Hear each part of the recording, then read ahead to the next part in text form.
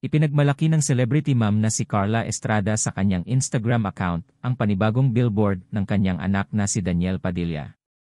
Na tila ipinamumukha niya sa mga bashers ng kanyang anak na hanggang ngayon ay namamayagpag pa rin ang pangalan nito. Sa gitna ng mga mabibigat na isyung kinakaharap ngayon ng aktor na si Daniel Padilla mula nang maghiwalay sila ni Catherine Bernardo, marami ang naghihinalang magiging katapusan na ito ng career ni Daniel Padilla.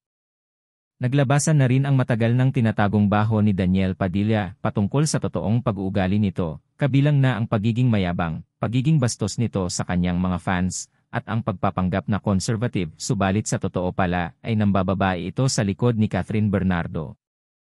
Mula nang maghiwalay sina Daniel Padilla at Catherine Bernardo, nabunyag sa publiko ang totoong pagkatao umano ni Daniel Padilla. Nagsilabasan na rin ang mga pangalan ng mga babaeng pinaghihinalaang kinakalantari ng aktor habang sila pa ni Catherine.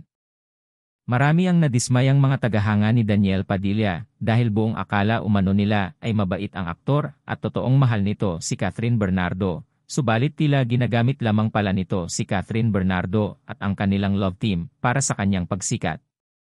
Samantala, naging matunog rin ang isyong nagsialisan na ang mga endorsements ni Daniel Padilla dahil sa takot na madamay ang kanilang brand sa negativity na natatanggap ng aktor ngayon.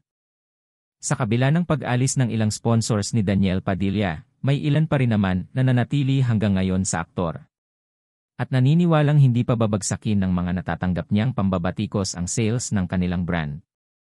Kamakailan lamang ay buong pagmamalaking ibinahagi ni Carla Estrada sa kanyang Instagram account.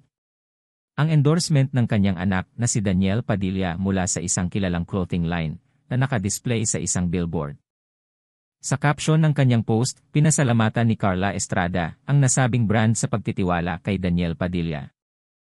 Kaagad naman itong nag-viral sa social media at inulan rin ng samot-saring komento mula sa mga netizens. Ayon sa ilan, hindi naman umano nararapat hayaan ng mga bashers sa issue ng hiwalayan nina Daniel at Catherine na maapektuhan rin ang career ng aktor. May mga nagsasabi pa na sana ay bigyan naman ng pagkakataon ang aktor na magbago.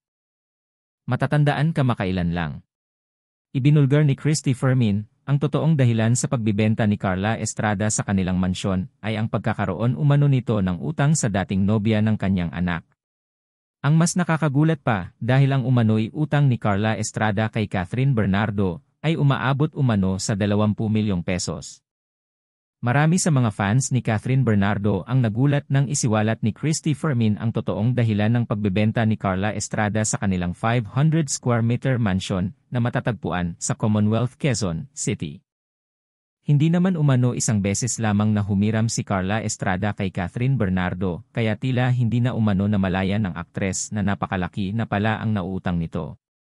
Bukod pa rito, tumagal rin ng ilang taon bago pa man malaman ng pamilya ni Catherine Bernardo ang pagkakautang ni Carla Estrada.